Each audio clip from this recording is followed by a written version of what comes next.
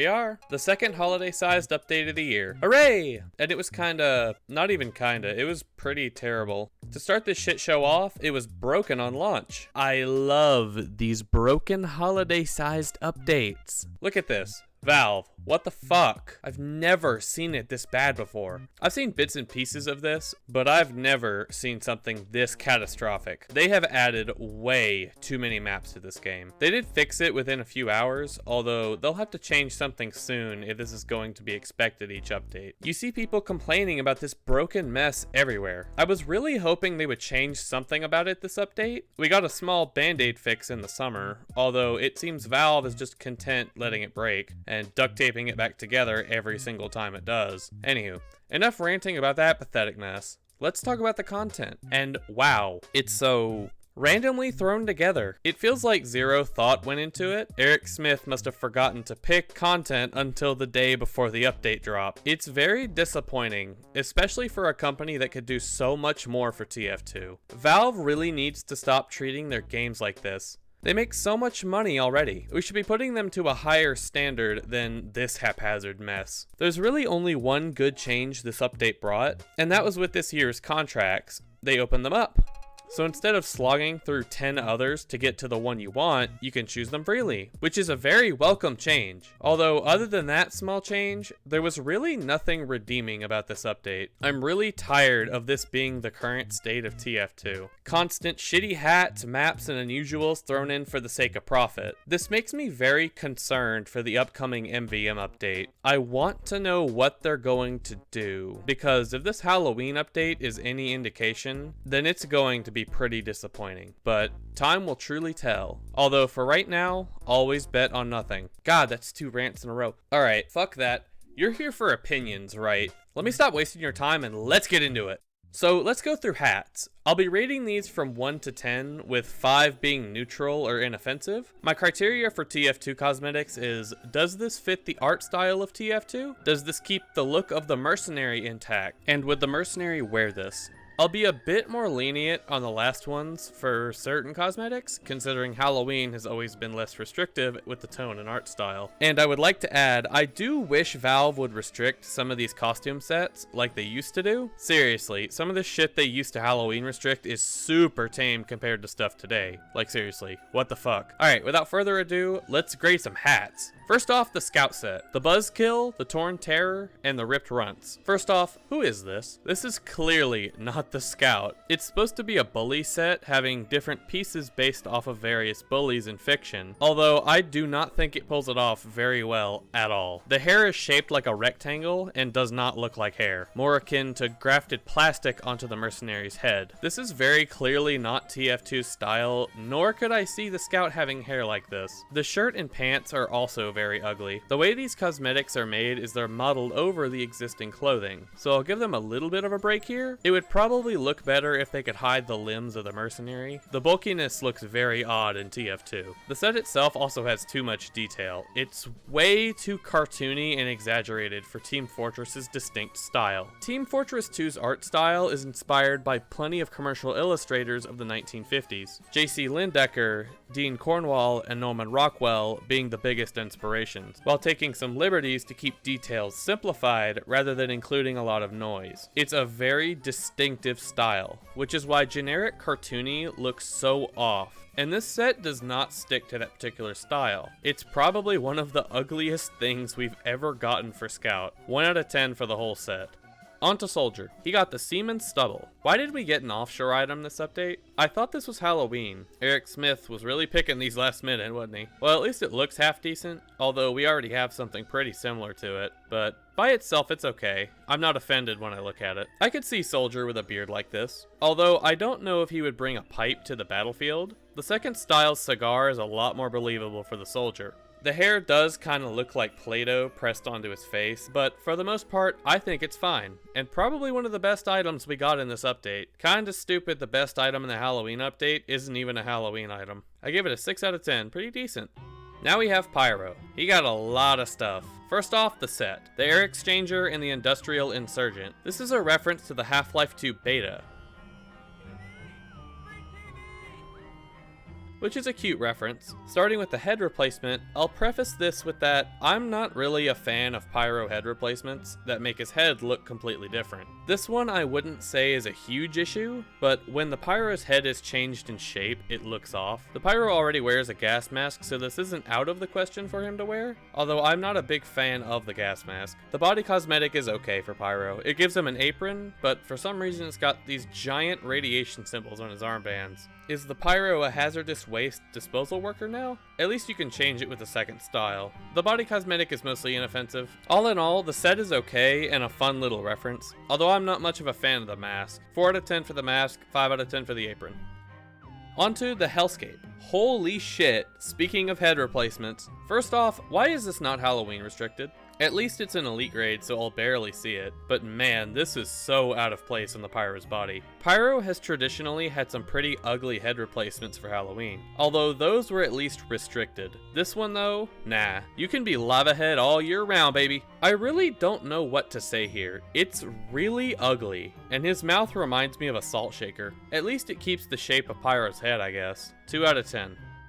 Moving on to Pyro's new bird head. This doesn't look like it's from TF2 at all. If I removed Pyro's body, could you tell this is from TF2? Probably not. Looking at the old bird heads, they at least tried to keep the general look and personality of the mercs intact, however comedically. Tweet! Tweet! Ha ha ha! But not this. It's a phoenix because fire, and it is honestly pretty bad. At least it's Halloween restricted though, so I won't be as harsh, but I'm not going to be very generous to it. 2 out of 10.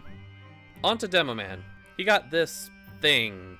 The fused plates. Armor, I guess, for Demo Night. Oh boy, his head is also a bomb! Get it? He's the bomb guy! It's another hat that just adds a fuse to his head. I'm getting really tired of Valve picking workshop items that put bomb references on his head. Again, this is just another cosmetic that is way too cartoony for TF2. They made him a fucking Skylander. I could not see Demo wearing this. The joke is also getting really old. 1 out of 10. Demo really has not been eating well this year. Onto the heavy set. I am going to butcher these names. I am so sorry to the Spanish speakers. We have the Cigarillo Caballero, El Gigante's Gunbelt, and Poncho del Pisado. Again, I'm sorry. Anyway, looking at the set, he's Mexican now. Why is he wearing this?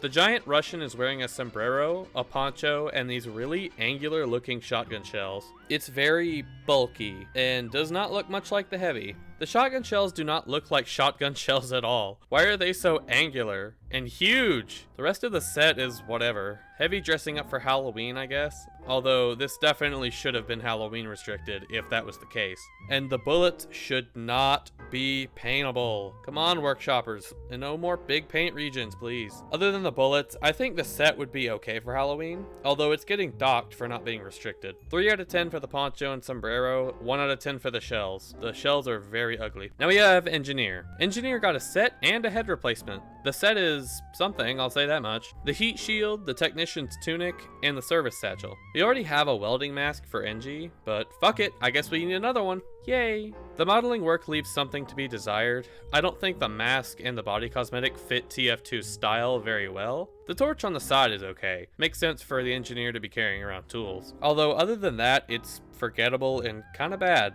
The modeling work really does leave something to be desired here. 2 out of 10 for the body cosmetic and the headpiece, 5 out of 10 for the satchel. Oh my fucking god, guys! It's Optimus Prime! Holy fucking shit! I can't wait to pay 14 cents for this on the community market. I think this goes without saying. This is just garbage put in for the sake of people going, oh! Because this has no appeal otherwise. 0 out of 10. Throw that shit into the stratosphere. Ew.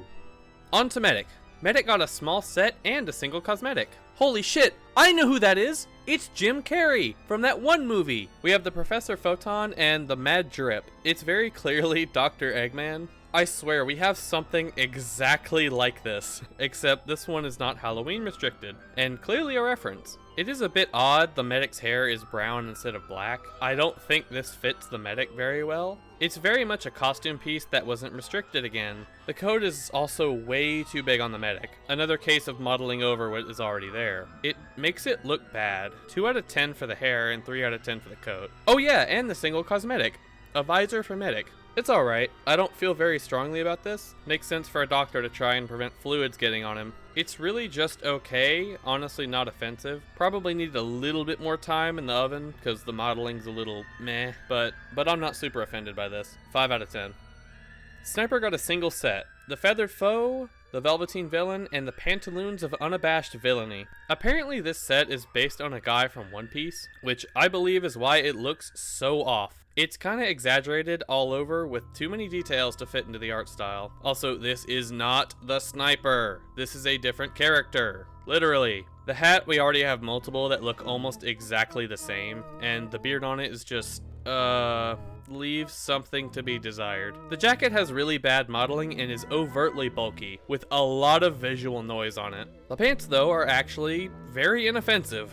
They're so minimal, I doubt I'd ever notice this. They changed the hue of the pants a tiny bit, and I think that's okay. They also come with a bullet pouch. 2 out of 10 for everything except the pants, because I think the pants are okay. 5 out of 10 for the pants. Now for the Spy. Spy got a magician set. The Misdirector, the Sleight of Hand, and the Vanishing Act. As a costume set, I would say this is okay. But again, it's not restricted like a lot of these should be. The set uses a very oversaturated team coloring on the cosmetic. Come on guys, it's this red and this blue. They spell this out on the top of the workshop and give you the reference. Anyway, the main issue with this set is its bulk and cartooniness. It is absurdly bulky. Again, I'll cut them a small break. They have to model over his coat, but it still doesn't look that good. The cape's outline is also very bulky and overtly cartoony for TF2 style. Same goes for the hat. It's just a bit too exaggerated. As a costume set, it's not a terrible thing, but it really leaves something to be desired in the way this one came together. 2 out of 10.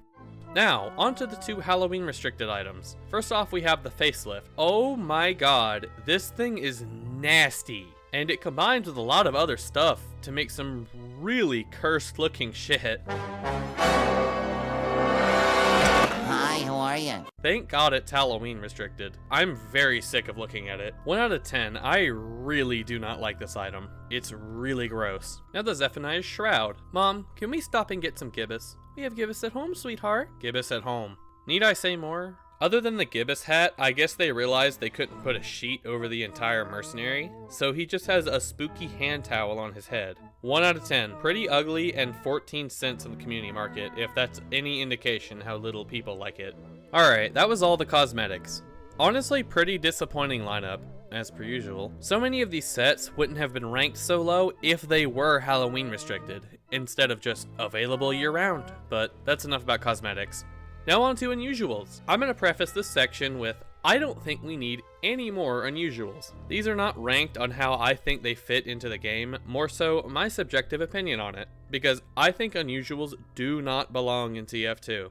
This is also going to be a lightning round because I don't want to deeply analyze Fart Cloud number 26 or Nebula Wannabe number 298. So get ready! Alright, Ocean Swirl. Not very good. Looks like a butthole above the mercenary's head. 1 out of 10. Toxic Swirl. Same thing but shit colored. 1 out of 10. Candle Flame. It's okay. It's just a candle on the merc's head. We already have something like this, but it's not terrible at least. 5 out of 10. Sizzling Aroma. Team colored, discount, burning flames. 3 out of 10. Toxic Aroma. Same shit as Sizzling, but green. 2 out of 10. Current Conductor. Another electrical effect. It's kinda subtle at least, but we already have Kilowatt. 3 out of 10. Sandy. Another offshore item. It increases the amount of particles when you move. Cool idea, but doesn't look that good. 4 out of 10. Alright, that was Hat Unusuals. Now on to round 2 with Taunts. First up is Hazardous Gas. Literal Fart Cloud. Incredibly Gassy has joined the server.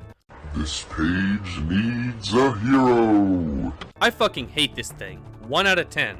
Get rid of it. Phantasmal Fog. Honestly, probably the best one out of the 3, although I feel like I've seen it before. 3 out of 10. Haunted Mist. It's just the last one, but purple and green now. 2 out of 10. Split Malice. Fire. He's on fire, but it's 2 different colors. 3 out of 10. Void Crawlers. Garbage. It's just void creatures floating around the merc. 1 out of 10. Fossil Fueled. Liquid with bones below the mercenary. Boring garbage. 1 out of 10. Tar Pit. Exact same thing, but ever so slightly hue shifted, and instead of dinosaur bones, it's human bone. 1 out of 10. Morbidly Beast. It's a Morbius reference. It's Morbin time! Holy fuck! Ah! 1 out of 10. Ooh, man. I hate unusuals so much. Alright. finally, we're on to taunts. So looking at these, I'll be grading them on the animation. First off, does this look like traditional Team Fortress animation? And is it a taunt, a jeering action, or is it an activity? To start, we have the Heartbreaker. It's okay. I don't feel very strongly about it. It's the medic crushing a heart. I guess it's in character for a crazed German doctor. It's at least a little bit insulting, so I'll give it a 5 out of 10. Not bad. Healthcare Hog. Oh boy, we got a meme in the game, but I will say it is at least relevant to the game, and in specific circumstances, it can be a very jeering action. It is a bit over animated for my liking. Otherwise, I think it's alright. 5 out of 10. The Ring King. This one is really not that good. Heavy pulls a belt out of his ass and the floor absorbs it. It's at least insulting to some degree. If you win a melee fight with the boxer gloves, it does make sense, but I do not personally care for it. 3 out of 10. That does it for taunts. Now we have the maps. We got a total of 5 of them this year. 3 reskins and 2 unique maps. They're cutting down on maps this year. I wonder why. Hopefully this will happen less, although I'm not holding my breath. So looking at these maps, I will grade them based on a couple criteria. 1, does this map look like TF2? And 2, is this map well balanced for the game mode? I'll be a little more lenient on the first one because these maps are for the Halloween season. I'll also be going in depth into what is wrong with these maps if I believe they are not well balanced for TF2. So without further ado, let's get started. First off, we have Afterlife, which is a reskin of Arena Ravine, and I like Ravine. Looking at the map's visuals, I think adding these buildings on top of existing buildings was kinda unnecessary. A nighttime pumpkin covered ravine would have been okay. Hell looks kinda bad. Not really like Hell Tower's Hell, which it looks like it tried to go for. This one is much more lacking in spectacle. Hell on Hell Tower was ominous and creepy. This is a bit too tight and claustrophobic. They maybe should have made the lava more present to really sell the hell feeling. This just feels like a small cavern. I do like the skulls though, they look kinda cool. Also, there's a custom announcer. Welcome to hell! We hope you don't enjoy your stay! I think it's a bit much. Oh, apparently this is the devil from the comics, which, I mean, cool. The visuals aren't the best, and I feel like they could have done more with such a small map. It's passable for Halloween though. On to gameplay. I saw this get added and I was pretty excited to try it. Oh, Requeue, I guess. Yeah, this map was broken on launch. On launch day, I was playing this map with 3 Dylan Star over on Twitch, and we literally just kept getting thrown into broken games. Use a V-script, but made it broke. The matchmaker's not used to handling rounds like this, I think.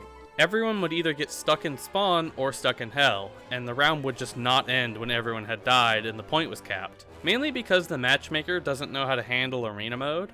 It took about a week for Valve to fix it, and after that was fixed, we were then subjected to one of the worst arena maps they've added to this game. Afterlife is not a good arena map. Looking at Afterlife, it has a new mechanic it brings to the table for Halloween. When you die, you go to hell and can steal another player's soul to revive yourself. The problem is, the revive mechanic breaks arena mode. Arena mode and its maps are balanced around the fact that players don't respawn. In a typical arena match, when you die, you have to wait for the next round to respawn. Although in Afterlife, because you have an avenue to respawn, the game state is always changing. Let's look at other arena maps to see why this is a bad thing. These maps are made to be very small, so that matches end very quickly. And after 1 minute, a control point opens up in the center of the map. So if a spy is hiding or players can't find each other, there's a way to quickly end a round. Those design choices were made to keep dead players from waiting 5 minutes to respawn. Most importantly, matches are intended to go quickly. Afterlife lets players come back from the dead. This one change makes matches turn into a drawn-out stalemate.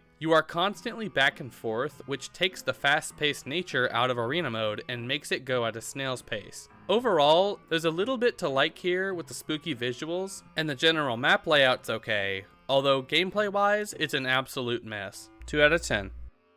Next is Cowerhouse. It's a reskin of Powerhouse. Visually, it feels like this map is going through an identity crisis. Where the hell are we? A medieval town? A castle? A mad scientist lab? A robot factory? This map said yes. There's so many different themes clashing. They also went way too hard on detailing this map. It's absurdly noisy with small details. It's pretty ugly even for a Halloween map. But other than the visuals, when this map launched, it was absurdly laggy. Its optimization was very poor. They thankfully fixed it, but it was awful for the first week of the update. Gameplay wise, it really is Powerhouse. The push and pull of the map was kept intact. The only real layout change from Powerhouse is this underground section that connects both teams' final points. I believe the underground section is a negative addition for the overall map. Powerhouse is defined by its team fights and push and pull nature. You are constantly back and forth going for each other's final point. The addition of the underground section allows easier backcapping and spawn camping, which is very unfun for the receiving team. They had to limit the underground sections to open up based on a timer, if that's of any indication how strong this section is. As interesting as it is, I don't think it should have been added. The only other change to the map is the addition of crumpkins and pumpkin bombs. I love when I kill an enemy and get to immediately punish the enemy team,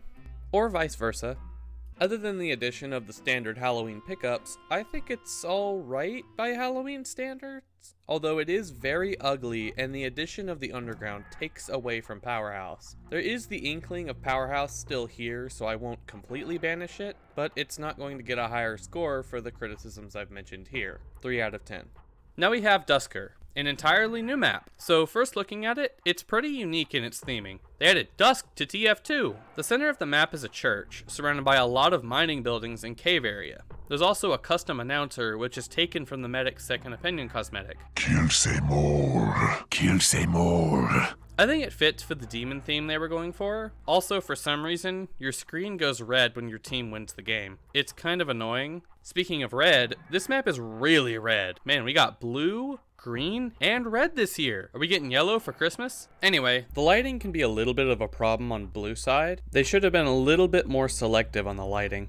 So, how does this map play? It's not the worst thing ever, but it has some problems. As a King of the Hill map, it leads you to the center of the point pretty smooth. The center itself plays alright. There are plenty of entrances and flanks around it that give players options. The problem with mid is the buildings around it. Engineers have a lot of cheeky sentry spots that watch the point very well, mainly on top of this building and this small crevice. It can be difficult to cap the point if there are multiple engineers in the enemy team. The point itself is surrounded by some super claustrophobic buildings. You don't really want to play in these as you get spammed on super easily. Also, pumpkin bombs don't really help. Please stop adding pumpkin bombs and crumpkins to every map, please.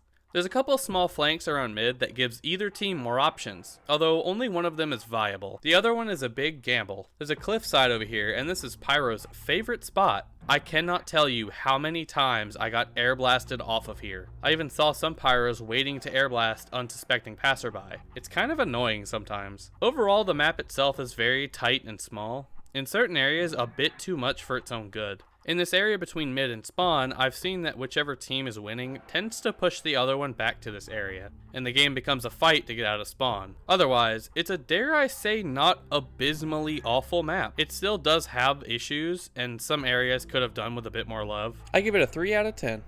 Oh boy, now we have Devil Cross. It's Double Cross, but in hell this time, because, you know, he did another Double Cross reskin. It feels like they plopped some building in hell and added fire particles everywhere. I feel like if wood was this close to lava, it would burn or become charred or something. Also, missed opportunity to change parts of the map. They could have done a bit more to the layout and had it make sense because they're in an unstable building in hell. Oh, but wait, they did make a tiny layout change. In the intel room, there's this secret spot where you can snipe engineer buildings as a spy. I mean, it's cool, but I really feel like they could have done more. Oh, and this is another map that is full of Halloween gimmicks. Crumpkins, pumpkin bombs, spells. Wow, I love these gimmicks on every single Halloween map. They never feel like bullshit when you die to them. Oh, also, I forgot about one thing. Choo choo, motherfucker.